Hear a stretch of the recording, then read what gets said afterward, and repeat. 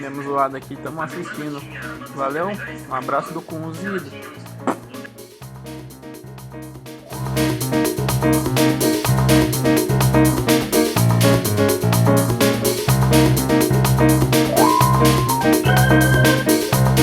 Salve, salve, queridas ouvintes, queridos ouvintes.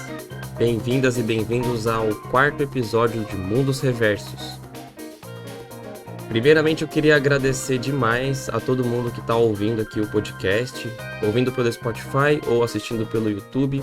Se você está assistindo pelo YouTube ou quer assistir pelo YouTube, eu queria pedir para você não esquecer de se inscrever no canal. Isso ajuda a gente bastante. Eu estou com 570 inscritos.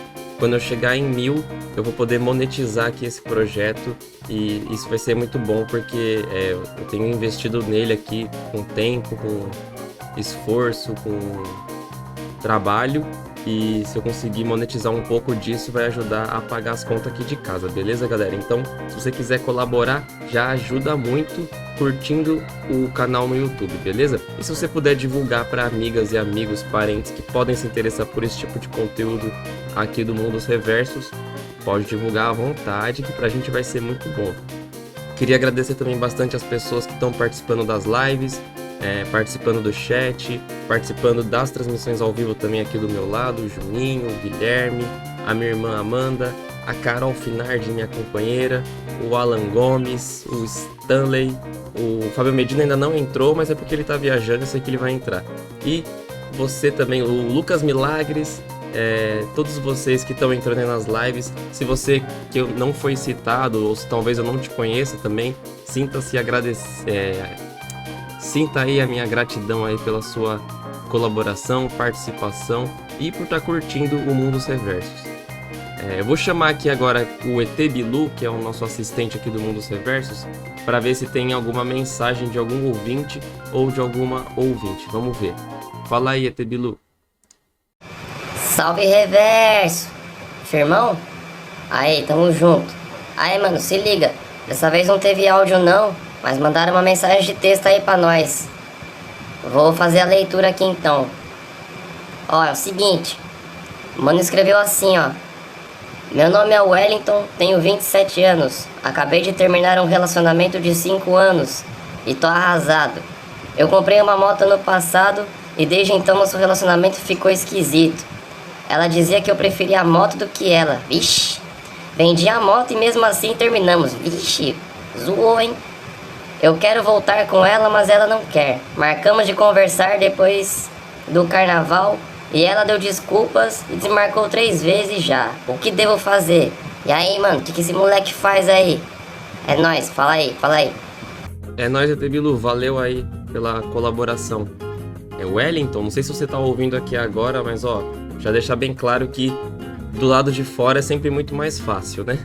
Mas ó, na minha opinião, cara, se você ainda não gastou o dinheiro da moto, compra uma outra moto. Compra até a mesma de volta se você quiser. Pelo visto, ela não quer nada, cara. É muito difícil pra gente poder falar não pras pessoas que a gente teve uma relação de 5 anos, né? Então, de repente, ela talvez esteja receosa, né, de te machucar, dizendo um não, assim, muito retumbante. Mas os sinais de desmarcar 3 vezes um rolê pra conversar sobre voltar, acho que deixa bem claro que ela não quer.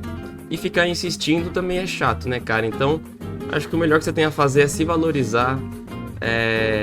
Se eu fosse você, inclusive, eu nem me envolvia em outro relacionamento por enquanto. Ficava aí uns meses, 1 ano aí, solteiríssimo, solto na pista, focado nas suas coisas. Se você não quiser comprar a moto de volta, aproveita, se você puder, usar essa grana para fazer uma viagem. Viajar depois de um término é muito bom, ajuda a gente clarear algumas ideias, se conhecer melhor. Se não quiser viajar, enfim, aproveita essa grana que você tem aí da venda da moto, investe em algo que você gosta. E se você gosta de moto, cara, compra outra moto, vai trabalhar com a moto, ou enfim, viajar com a moto, por que não? Foca em você agora, cara, se cuida, fica bem. Não fique enchendo o saco da sua ex, deixa ela seguir a vida dela, porque acho que é isso que ela quer, e eu acho que é isso que você tem que fazer também, beleza? É isso aí, mano.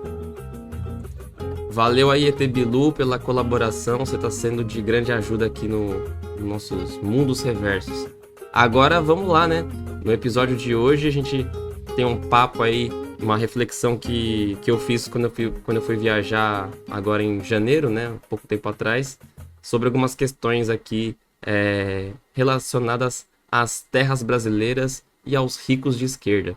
Vamos ver o que rolou aí nesse episódio. E aí, se você curtir esse episódio, quiser interagir, deixar algum comentário, você pode deixar no chat do YouTube, no chat do Spotify, ou você pode entrar em contato comigo no t.me/Juliano Reverso. Manda um áudio de até 2 minutos. Ou você pode também mandar um e-mail para o contato.mundosreversos@gmail.com.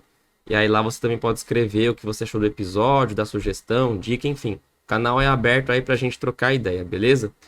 Se você quiser ser mais engajado no Mundos Reversos e não sabe como, escreva pra mim no Instagram ou em alguma rede aí que você tenha meu contato, que eu passo o link do servidor do Discord. Quem tá no servidor do Discord é colaborador do Mundos Reversos e contribui com o que quiser. Com áudio, com conteúdo, com ideia. E aí a gente vai construindo essa comunidade junto, beleza? Então é isso. Vamos aí do episódio, que é pra isso que vocês veio, não é mesmo? Valeu! Então, pessoal, esse episódio eu queria falar sobre as minhas férias que eu tirei em janeiro. Fui pro Mato Grosso, onde a minha família tá morando. Eles não são de lá, mas meu tio se mudou pra lá nos anos 90. Em 2015, meus avós foram pra lá e faleceram por lá. E minha mãe e os meus tios estão lá também, junto com esse meu tio que já estava lá há mais tempo. Eu pensei primeiro em fazer esse episódio falando sobre o reencontro com a minha família, mas eu quero fazer isso num outro momento. Agora eu queria falar sobre a viagem em si e sobre uma coisa que eu vi nela, que eu acho que vai render um assunto aqui pra gente. Bom, primeiro eu queria dizer que foi uma viagem bastante longa. Eu, como vocês sabem, estou morando aqui em Ubatuba e não tenho carro, né? E eu fui pela opção mais barata, então eu encontrei uma passagem de avião para voltar de Mato Grosso para São Paulo, que estava mais barato que ônibus. E apesar de eu morrer de medo de avião, eu arrisquei para economizar dinheiro, porque também é aquela coisa, né? Na pior das hipóteses, eu ia morrer ali, aí o que eu gastei, deixei de gastar, foda-se. Agora, sobrevivendo, é melhor sobreviver poupando dinheiro, então foi a melhor escolha que eu fiz, apesar do cagaço que eu passei, e depois eu falo melhor sobre isso. A questão é que foi na viagem de ida que eu encontrei o assunto para esse episódio de hoje. Eu fui de ônibus, primeiro eu peguei um BlaBlaCar de Ubatuba para São Paulo, e depois fiquei hospedado na casa de um casal de amigos, o Luiz e a Ju. Mandar um beijo para vocês dois, se estiverem ouvindo. E aí então depois eu peguei um buzzer de São Paulo até Cuiabá. E aí em Cuiabá eu peguei um ônibus até Nova Santa Helena, que é no extremo norte do estado do Mato Grosso, já quase ali no estado do Pará. Uma viagem bastante longa, foram aproximadamente 36 horas de viagem. Deu um pouquinho mais, na verdade, porque em Cuiabá eu fiquei algumas horas esperando o horário do outro ônibus, né? E ao todo deu um pouco mais de 2.300 quilômetros.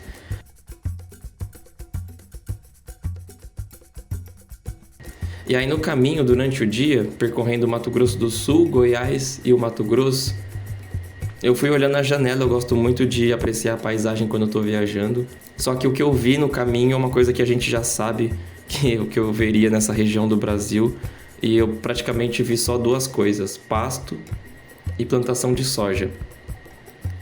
E você que me ouve talvez conheça a expressão monocultura. Se você não sabe, monocultura é quando a gente cultiva um único tipo de planta, e isso pode valer para outras coisas também. E eu acho que esse é um dos grandes problemas que a gente vive no Brasil hoje. Muitas pessoas reclamam que o Brasil é um país de terceiro mundo, que é um país com muitos problemas, aí muita gente fala de corrupção. É lógico, né? A gente tem tantos problemas que é até difícil elencar qual é o mais urgente de resolver. Mas eu queria falar sobre as terras do Brasil. O Brasil, para quem não sabe, eu também não sei muito, posso indicar depois para vocês algumas fontes mais confiáveis de informação, mas o Brasil, a riqueza do Brasil basicamente hoje é através de commodity. Commodity é o que como posso dizer, a matéria-prima de algo que é produzido. Então, a gente produz soja e vende o grão para outro país, para esse país usar como ração, para usar como insumo para fazer outras coisas, de alimento, de combustível, etc. E a gente também produz carne bovina, então a gente acaba ocupando muitas terras do Brasil para transformar em pasto e em monocultura de soja, de cana.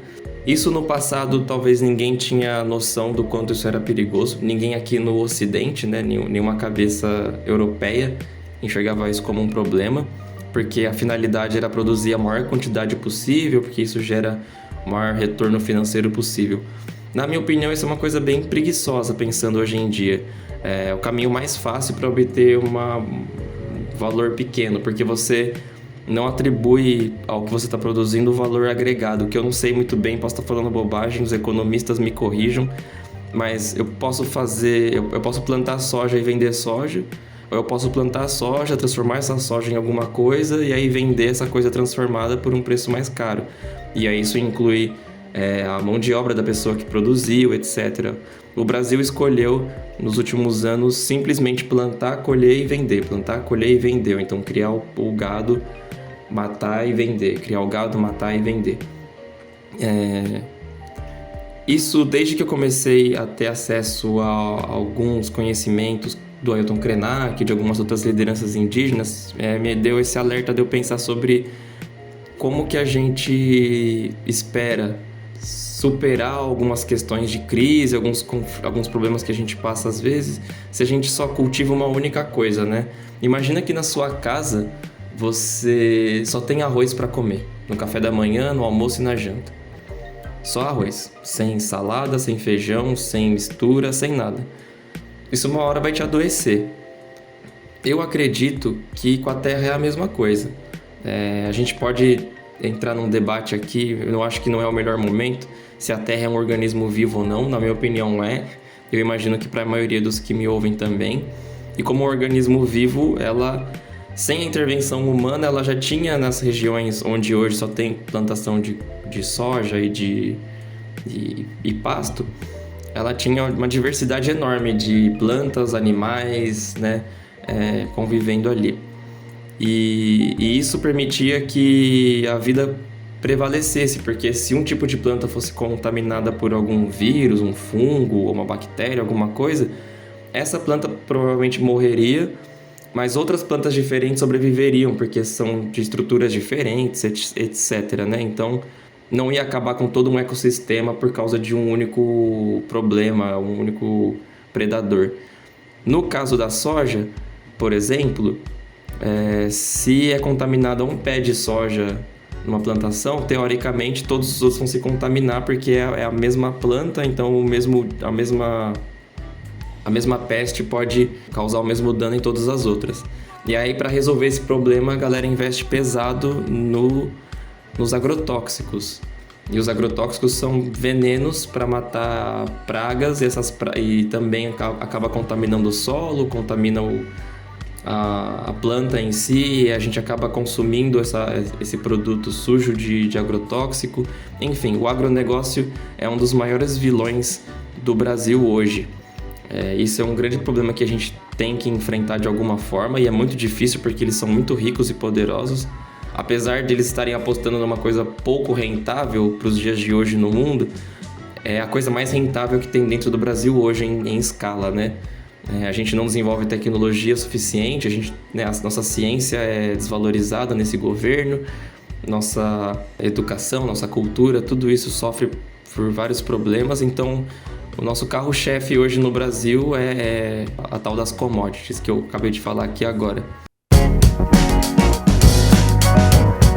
Você curte podcasts? Quanto tempo você passa no seu dia assistindo a vídeos? E aquela live legal que marcou a sua vida? O mundo do audiovisual nunca teve tanta produção quanto hoje em dia. Você quer fazer parte disso? Já pensou em ter o seu podcast? Ou produzir aquele vídeo para contar uma história bem legal que só você conhece? Então você precisa conhecer a Toca Cooperativa Audiovisual.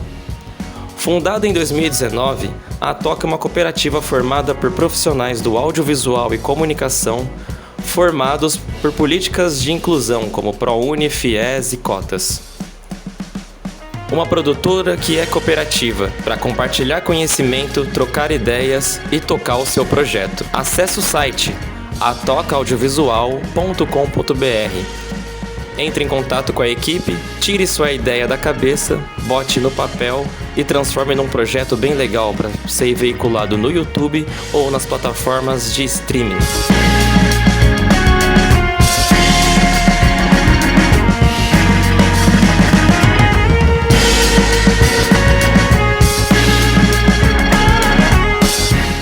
Eu sugiro vocês que se interessaram nesse assunto procurarem o De Olho nos Ruralistas. É um portal de notícia que fiscaliza exatamente, totalmente dedicado a esse assunto.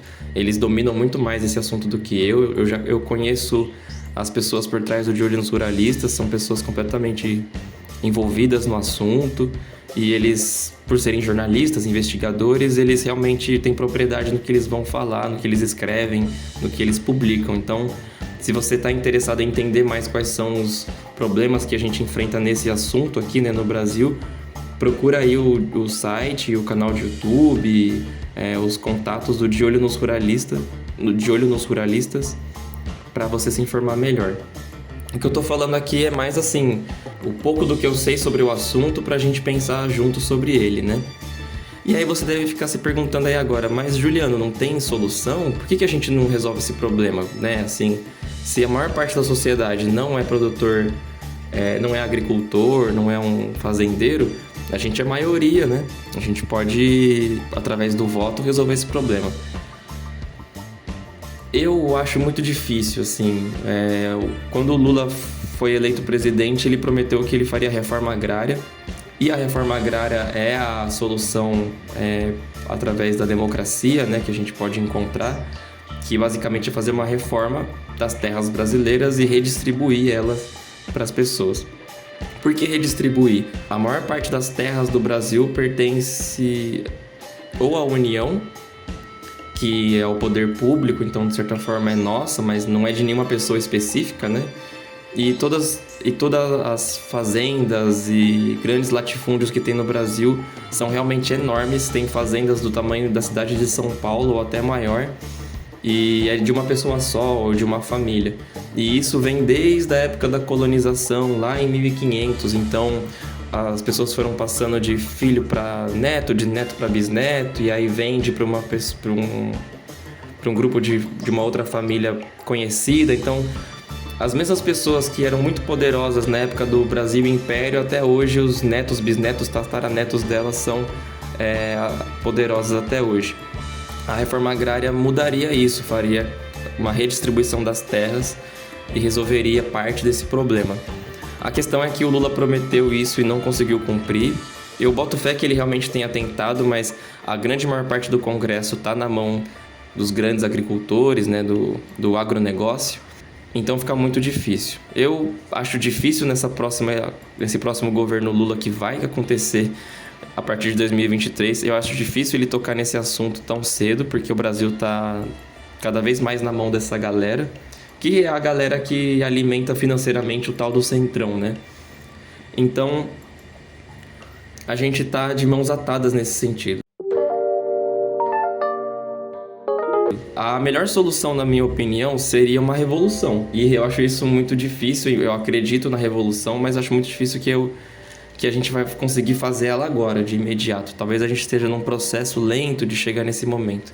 E a revolução nada mais é que todas as pessoas pobres do Brasil, trabalhadores CLT, pessoas desempregadas, pessoas que são microempreendedores como eu, né, que é MEI, se unir de alguma forma e tirar do poder a elite do poder econômico e político do Brasil e fazer uma nova Constituição e organizar tudo do zero, né, assim, praticamente. Isso quase uma utopia, né? Isso é um sonho que muitas pessoas de esquerda têm. Tudo que a gente faz no nosso dia a dia é pensando de alguma forma, direta ou indiretamente, em construir essa revolução, mas é muito difícil, né? Então, o que pode ser feito? E aí é a parte que me deixa até constrangido, gente. O neoliberalismo, ele é sem limites. Ele é completamente desenfreado. Antes eu queria falar. Antes de falar do neoliberalismo, vocês devem ter ouvido falar, vocês com certeza conhecem, e acredito que alguns de vocês conhecem tão bem quanto eu, ou até muito melhor, porque eu não conheço tão bem assim, do MST, que é o Movimento dos Trabalhadores e Trabalhadoras Rurais Sem Terra. É um movimento que organiza as pessoas que moram no campo, ou que se mudaram para o campo, etc., porque agora, né, com tantas pessoas, tantas famílias crescendo na cidade, algumas optam voltar pro interior, né? Então, basicamente, o movimento organiza as pessoas que não têm terra para trabalhar, mas que gostariam ou entendem da terra e precisam de terra para poder trabalhar, para poder plantar, para poder vender seu alimento, sustentar sua família. Essas pessoas são conhecidas como os pequenos agricultores ou agricultura familiar. E é dessa forma que eu acho que as terras do Brasil deviam ser ocupadas, por pequenos sítios, não tão grandes assim, onde dê para plantar uma quantidade plural de alimento. Então, assim, o que cresce na região centro-oeste do Brasil é o que a galera vai plantar. Então, vão ter árvores, plantas e animais daquela região que vão estar sob os cuidados das pessoas, para elas produzirem alimento para consumo próprio e para vender para outras famílias que não produzem alimento próprio. Eu acho que essa é a forma mais simples e direta e menos agressiva ao meio ambiente e tudo mais. O MST luta para que aconteça a reforma agrária no Brasil, mas é uma luta muito, desproporcional, né? O poder que o MST tem é muito pequeno comparado ao poder que o agronegócio tem. O que o MST tem é o povo, mas que muitas pessoas, infelizmente, acham que o MST é um movimento terrorista, e enfim. Posso um dia falar mais sobre o MST, a gente pode... inclusive eu posso entrevistar pessoas que são ou foram do MST para vocês conhecerem mais profundamente o que se passa nos assentamentos e acampamentos do movimento. Mas recomendo você também entrar no site do MST, entrar nas redes sociais do MST. Eu confesso que antes de ser de esquerda, lá para 2012, 2011, eu via eles também com muito preconceito, porque a informação que eu tinha vinha das grandes emissoras de TV. E isso mudou quando eu passei a militar e conhecer mais de perto esse universo da esquerda aqui no Brasil. Tem muitos problemas à esquerda, né? Acho que não... talvez a gente está passando por esses momentos difíceis também pelos erros que a esquerda comete, né? Mas eu acho que a MST cumpre um papel muito importante.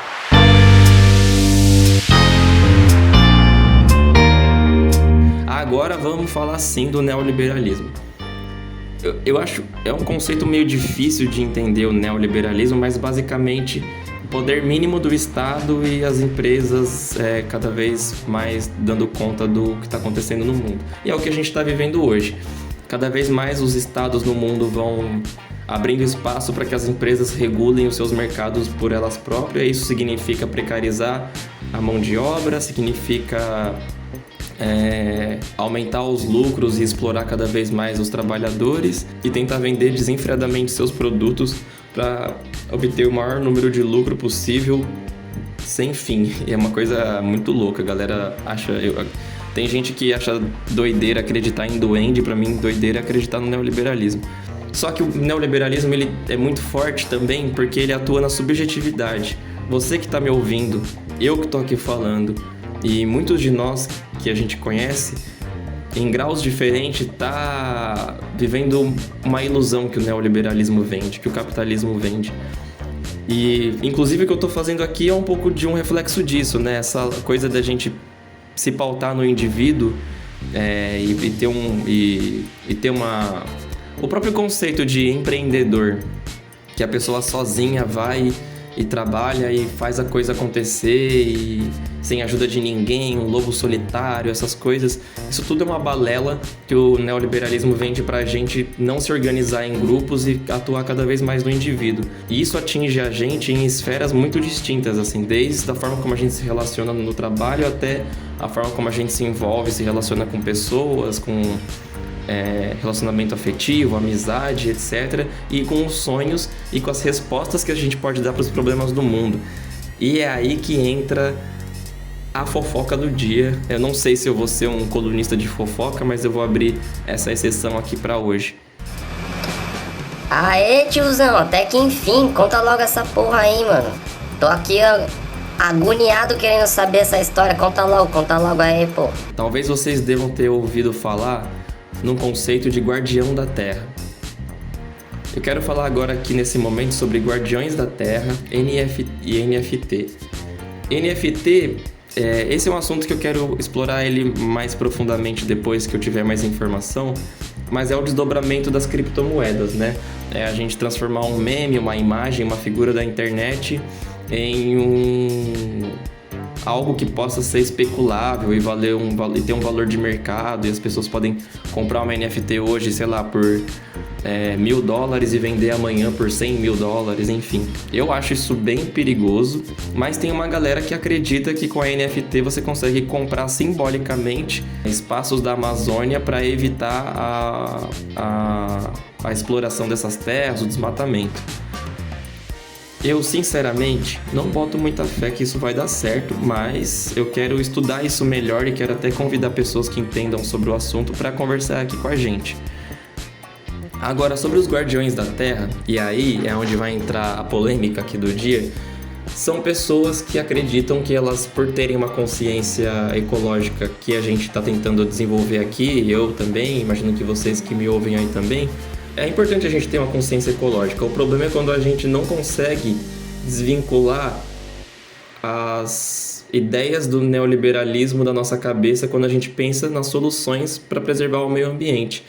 Então, existem muitas pessoas que estão querendo ir morar no mato. E eu não quero criticar, quer dizer, eu quero criticar, mas eu quero fazer ressalvas. Eu sou uma pessoa que resolveu ir morar no mato. Então eu acho que eu posso falar sobre essa experiência de ir morar no mato. Eu não moro exatamente no mato, eu moro num bairro periférico de uma cidade que tem uma área de preservação ambiental. Então eu posso acessar a floresta, a Mata Atlântica que tem aqui próximo de Ubatuba, né, assim, andar em trilhas e passear e tudo mais. Existe um risco nisso? Existe um risco para o meio ambiente? Existe. Isso pode aumentar também a população nessas regiões de área de preservação e aumentar a área urbana da cidade de Ubatuba, por exemplo. Isso tudo é legal a gente ter sempre...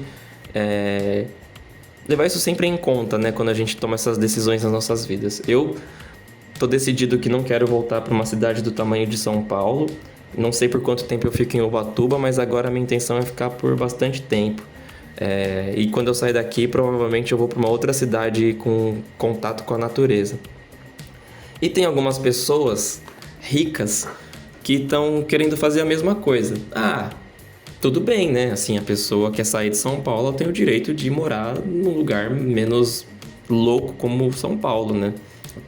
O problema é quando essa pessoa rica acha que ela consegue comprar hectares de terra para ela e se tornar uma guardiã da terra, porque a partir do momento que aquela terra é dela, ninguém pode invadir, ninguém invadindo, não vai ter desmatamento, não tem desmatamento, essa pessoa está preservando alguns hectares de alguma região do país. Aí você me diz, mas Juliano, qual o problema nisso? Parece que não tem problema nenhum, mas na verdade é muito complexo e talvez eu não consiga esgotar esse assunto aqui nesse episódio. Mas...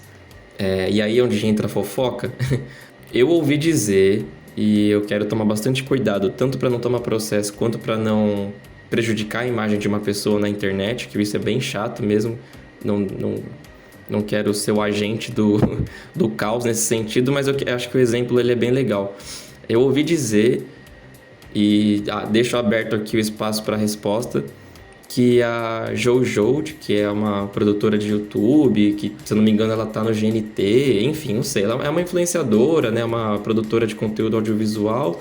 Ela deu uma sumida e uma pessoa conhecida minha esteve num evento que ela tava e soube de coisas como ela comprou hectares na Chapada dos Veadeiros, não sei ao certo o que ela tá fazendo com essas terras, mas eu não tô aqui para dizer se tá errado ou não ela comprar essas terras. O que eu queria aproveitar desse exemplo é dar uma sugestão para ela e expandir isso para outras pessoas ricas que se consideram progressistas ou de esquerda. Eu não sei, Jojo, se você comprou essas terras para você ficar andando à vontade por quilômetros e quilômetros quadrados de uma área que ninguém vai entrar sem a sua autorização. Mas eu prefiro acreditar que você fez isso para compartilhar essas terras com pessoas que não têm o poder aquisitivo que você tem, para ter acesso a essa terra, para produzir alimento, para poder constituir um estilo de vida menos predatório, desenvolver um conhecimento e contribuir com as comunidades locais. Eu também não sei, talvez você saiba, quais etnias indígenas ou quais agrupamentos de pessoas sem terra, sem teto, estão aí na região da Chapada dos Veadeiros que você está ocupando, se essa informação for verdadeira, né? E eu gostaria de saber, sinceramente, se você leva isso em conta, sabe? Assim, porque eu percebo, e eu falo isso por mim, até alguns anos atrás, eu achava que preservar o meio ambiente era simplesmente tirar o maior número de seres humanos de uma região e deixar a natureza agir sozinha. Só que a gente tem que levar em conta que seres humanos fazem parte da natureza. Talvez hoje a gente esteja ocupando demais a natureza, acho que talvez nosso estilo de vida nos levou a ter 8 bilhões de pessoas, né, no mundo. Não sei se esse número é saudável para a Terra, mas não acho que a solução também seja que deixar morrer muita gente. Eu acho que não, acho que a gente tem que dar conta de todas as vidas, inclusive as humanas, que estão habitando aqui na Terra. E um caminho que eu acho que é o mais legal seria uma pessoa rica comprar hectares de terra para evitar que o agronegócio tome posse dessas terras, porque está no nome de uma pessoa física, e uma pessoa física rica, que todo mundo que é rico se conhece, ou já ouviu falar das famílias ricas que tem por aí, né? Então, para não falar que eu estou expondo a Jojo, isso vale, sei lá, pro Gregório do Vivier, enfim, não sei, não tô lembrando agora mais nenhum nome, assim, de pessoas ricas de esquerda, né? Mas você rico de esquerda, você rica de esquerda que tá me ouvindo, já parou pra pensar nisso? E se vocês organizassem um meio de comprar o maior número de terras possível, mas assim, também não tô falando pra vocês falirem, né, gente? Pelo amor de Deus, também, se um dia eu ficar rico, eu também não vou querer deixar de ficar rico, né? Mas já parou pra pensar o quanto você pode colocar de dinheiro nessa ideia sem ficar pobre?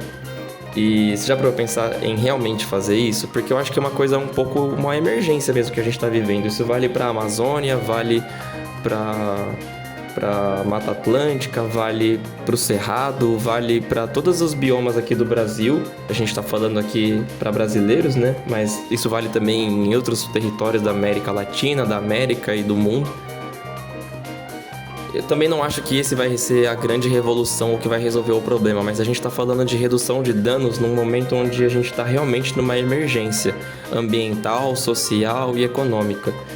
E se ricos e ricas, progressistas ou de esquerda, comprarem o maior número de terras no Brasil e distribuírem elas para o MST, para os movimentos, para as lideranças indígenas, para as etnias indígenas que são das regiões onde vocês estão comprando essas terras, eu acho que talvez a gente pode começar um movimento aí, né? Um movimento que eu digo não um movimento de pessoas, mas um movimento de ideias, de debater isso com mais seriedade. Enfim, é isso, gente. Esse episódio talvez ficou um pouco mais longo do que eu gostaria que ele tivesse ficado. Eu ainda vou editar ele para ver. Mas queria agradecer demais a atenção, o carinho e a paciência de cada um de vocês. A gente se ouve ou se vê, né? Daqui 15 dias. Tchau. Mundos Reversos é um programa idealizado por mim, Juliano Reverso. Esse episódio teve roteiro, produção, apresentação e edição também feitos por mim, Juliano Reverso. Uma realização, a Toca Cooperativa Audiovisual.